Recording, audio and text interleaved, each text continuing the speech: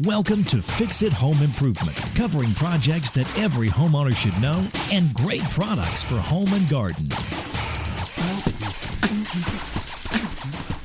Hi, I'm JC, and this is where we share weekly home improvement tips. I'm here with my co-host, Cindy. Hello, JC. Hi, Cindy. This week we're going to talk about plunge pools, and we'd like to thank Art H for a 5-star rating and review on Apple Podcasts. Some of the earliest recorded man-made pools dug into the ground date back to around 2500 BC. The ancient Romans and Greeks built pools for their athletes to train in. In the 1700s... Not the Egyptians? I didn't see much on the Egyptians and pools. They're in the desert. In the 1700s, in England and Scotland, plunge pools became popular for taking cold baths. Spending time in a plunge pool with cold water was recommended for better health. The longest outdoor swimming pool in North America is in Vancouver. It's 449 feet long. A football field is 360 feet long, and it was originally built in 1931. Wow. What is a plunge pool? Because when we started this, I thought it was going to be just basically a bathtub in somebody's backyard. Well, there are those cold plunge pools for athletes. But that's not what we're talking about. No, this is a small pool for soaking, relaxing, cooling off, or exercising in. Most plunge pools are too small to swim in, but they're bigger than a bathtub. So I never heard the term plunge pool until you told me that. And then I was reading a book this week. They were going into the plunge pool. Oh, that's funny. Oh, it's like when you buy a new car. Right. And then all of a sudden you see that car everywhere. Right. What are the common sizes of a plunge pool? So a common range is 7 feet to 20 feet long, 5 feet to 10 feet wide, and 3 to 6 feet deep. Some of the pre-built plunge pools I saw online were 5 foot by 9 feet, 7 feet by 7 feet, 7 feet by 13 feet. One company said this is a popular size, 7 by 13.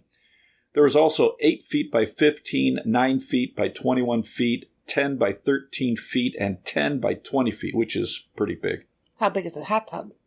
So hot tubs are usually around 6 foot by 6 foot, up to 8 feet by 8 feet. So a plunge pool is generally going to be bigger than a hot tub and smaller than a regular-sized swimming pool. How big is a standard in-ground swimming pool? So I looked up some common pool sizes, and I found that 14 feet by 28 feet, 18 by 36 feet, and 20 by 40 feet are pretty common for an in-ground pool. Is there any difference between a traditional swimming pool and a plunge pool? They're like a regular pool, just smaller. They have the same pool filters and pumps. They also need the same maintenance and care that a standard pool needs. The advantage is they require less water to fill them up and keep them filled. You'll use less chemicals. It's easier to maintain and clean. If you heat your pool, it'll cost less to keep warm, and covering the pool is going to be easier too. How many gallons of water in a plunge pool compared to a standard swimming pool? If you have a standard in-ground pool that's in the middle of the common sizes, for example, 18 feet by 32 feet, and it's 5 feet deep, it will hold 19,200 gallons of water if it was filled to the top. A plunge pool that's 7 feet by 13 feet and 5 feet deep will hold 3,412 gallons of water. Wow, that's quite a difference. Yeah. And to figure out the volume of a pool, you would multiply the length times the width times the depth times 7.5. Because there's 7.5 gallons of water in every cubic foot. Pool math. What materials are plunge pools made from? The 3 main materials for in-ground plunge pools are fiberglass, concrete, and vinyl. Fiberglass plunge pools are pre-made and dropped into a prepared site. They're durable, they hold heat well, it's a smooth, non-porous surface. They're quick to install, they have low maintenance, and they can last 25 to 50 years with low lifetime cost. And fiberglass is considered the best choice for a saltwater pool. Concrete plunge pools are pre-made or built on site. They're usually the most expensive type of plunge pool. Right. The walls are porous, which can absorb chemicals, meaning you have to add more chemicals than other pools. They can crack and require more maintenance. That's a drag. It can have plaster, tile, pebble, or a gunite finish.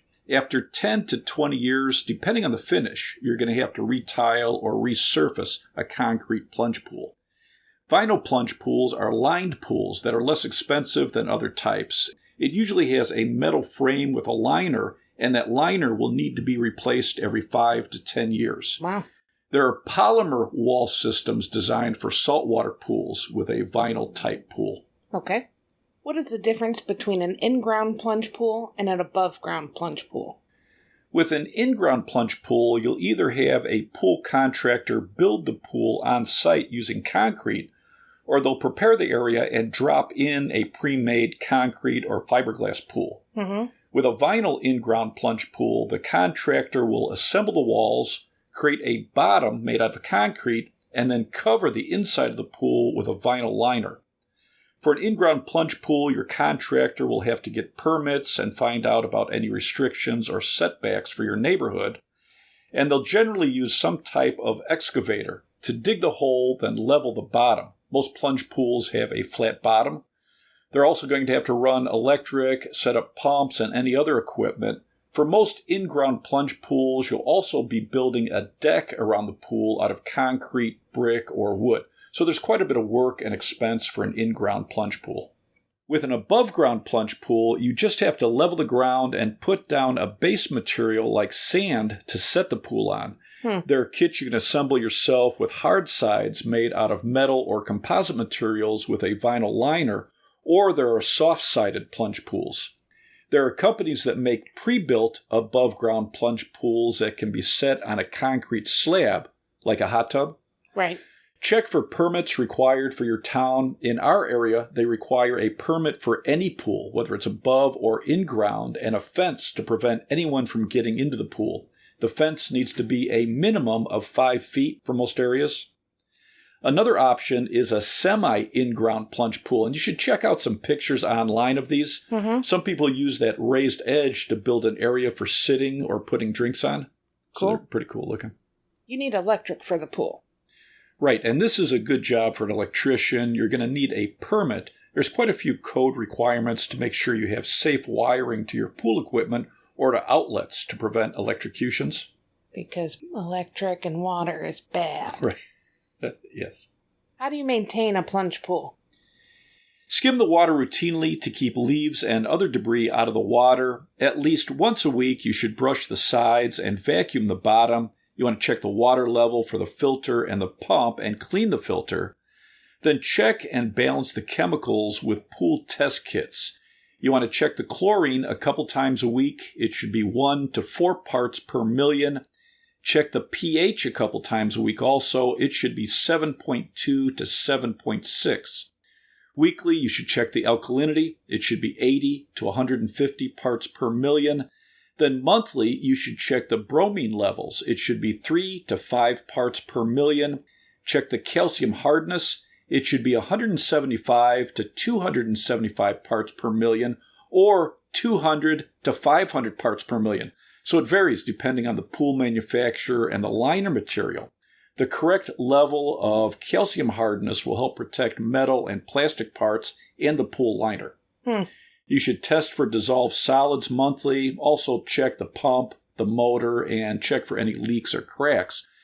But look at your manual for the chemistry that's recommended for your pool and your liner.